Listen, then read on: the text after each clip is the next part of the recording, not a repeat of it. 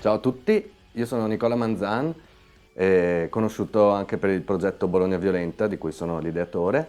Vivo a Crocetta del Montello da qualche anno e nella vita faccio il musicista.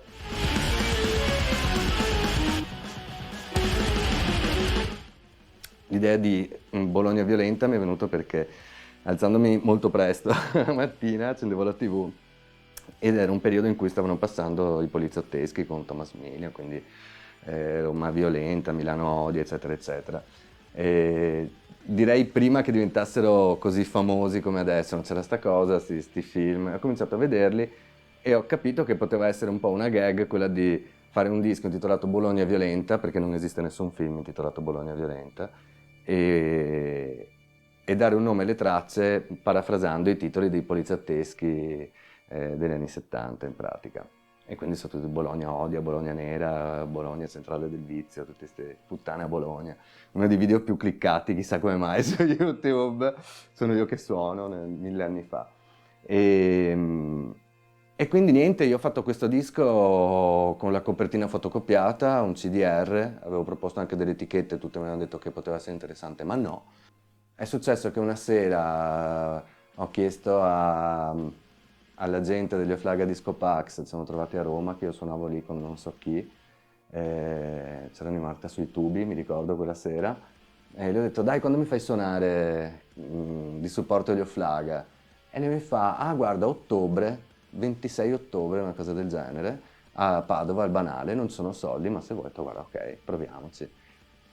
E da lì mi sono trovato ad avere un progetto che la gente più o meno conosceva nel suo piccolo, che non avevo mai portato dal vivo, anche perché dal vivo cioè sarei stato da solo con le basi, col computer, no?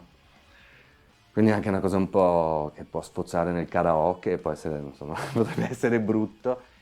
E invece la cosa ha cominciato a funzionare e quindi da lì ho iniziato a suonare tantissimo dal vivo e, e da quel giorno lì, al di là che ho fatto una cosa come 3500 copie alla fine di quel primo CDR lì, che vi faccio ancora, e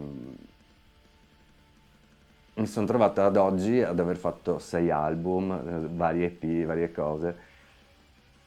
In pratica è un progetto nato per sfogo mio personale, era il disco che volevo ascoltare andando al lavoro la mattina alle 4:30, avevo sta legnata nelle orecchie e come spesso accade ho perso il controllo della situazione ed eccomi qua.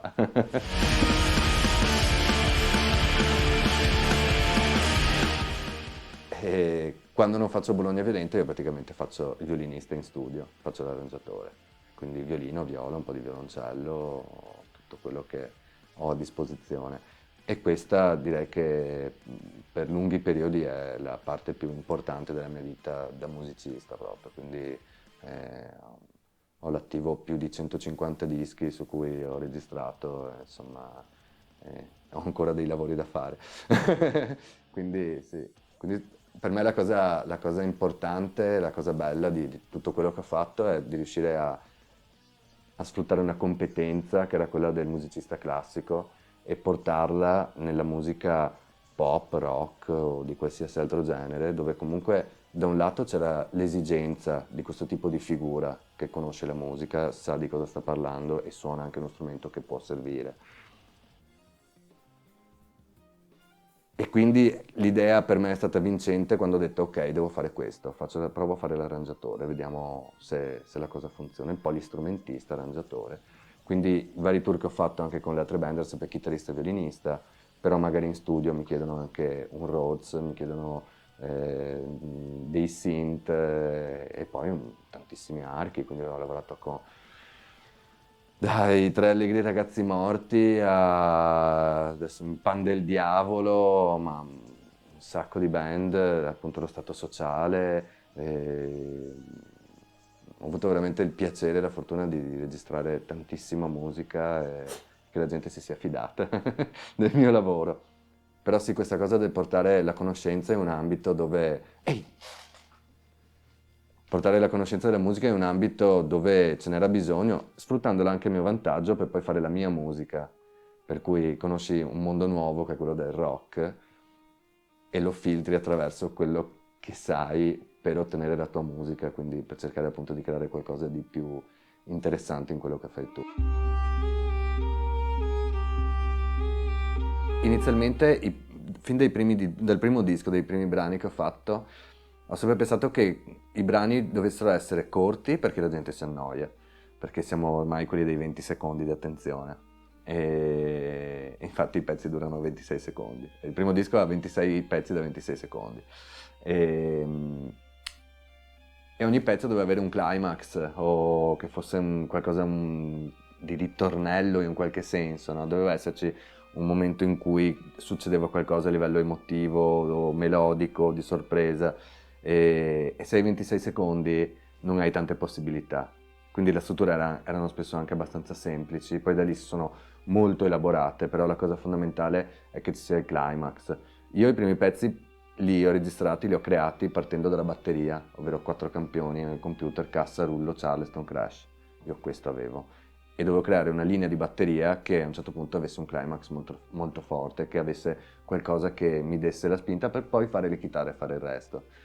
Quindi l'espressività nella mia musica è tutto, quindi la mia musica è tutta scritta, non c'è praticamente spazio di improvvisazione, a parte appunto questo ultimo pezzo, Fuga, Consapevolezza, Redenzione, questo pezzo di 19 minuti che c'è nell'ultimo disco, nato da un'improvvisazione, sì, ma è un'improvvisazione fatta con una certa coscienza, non so se mi spiego. Bologna Violenta ha ovviamente una sua poetica, e diciamo che mi è sempre sembrato abbastanza interessante e divertente scioccare in maniera un po' stupida le persone. Quindi partendo dall'esperienza Mondocane, questo finto documentario degli anni 60 in cui c'è il vero e il falso che vengono raccontati simultaneamente, praticamente delle cose terribili che però magari erano assolutamente ricostruite, non vere. Mi piaceva questa cosa di ingannare l'ascoltatore, un po' di scioccarlo, fare questa cosa un po' anche degli anni 60, quando comunque non c'erano i TG, non c'era tutto quello che si vede ogni giorno. E mi piaceva filtrarlo magari attraverso quello che è il linguaggio espressivo, che ne so, delle televendite. Io ho passato anni a vedere televendite, perché comunque c'è questa forza dirompente di dire una frase che però nel mio montaggio deve essere una cosa sconveniente sempre, quindi quando ascolti sembra tutto bello e a un certo punto ti rendi conto che stai ascoltando un'oscenità.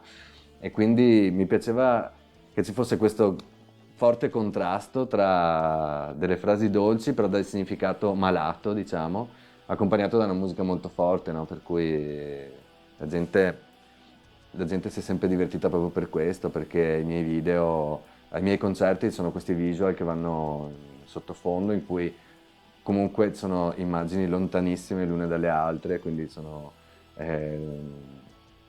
la guerra, i giochi dei bambini, gli animali sgozzati, cose rituali strani, magari messi insieme, magari creando una storia che non è la storia vera del film, ma facendo credere a chi sta vedendo il mio video, riesce a capire, riesco a raccontare una storia usando una storia diversa.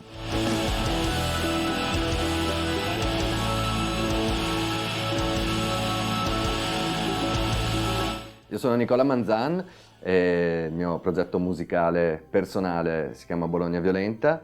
Spero di tornare presto dal vivo, fare concerti, probabilmente se succederà sarà ormai nel 2021.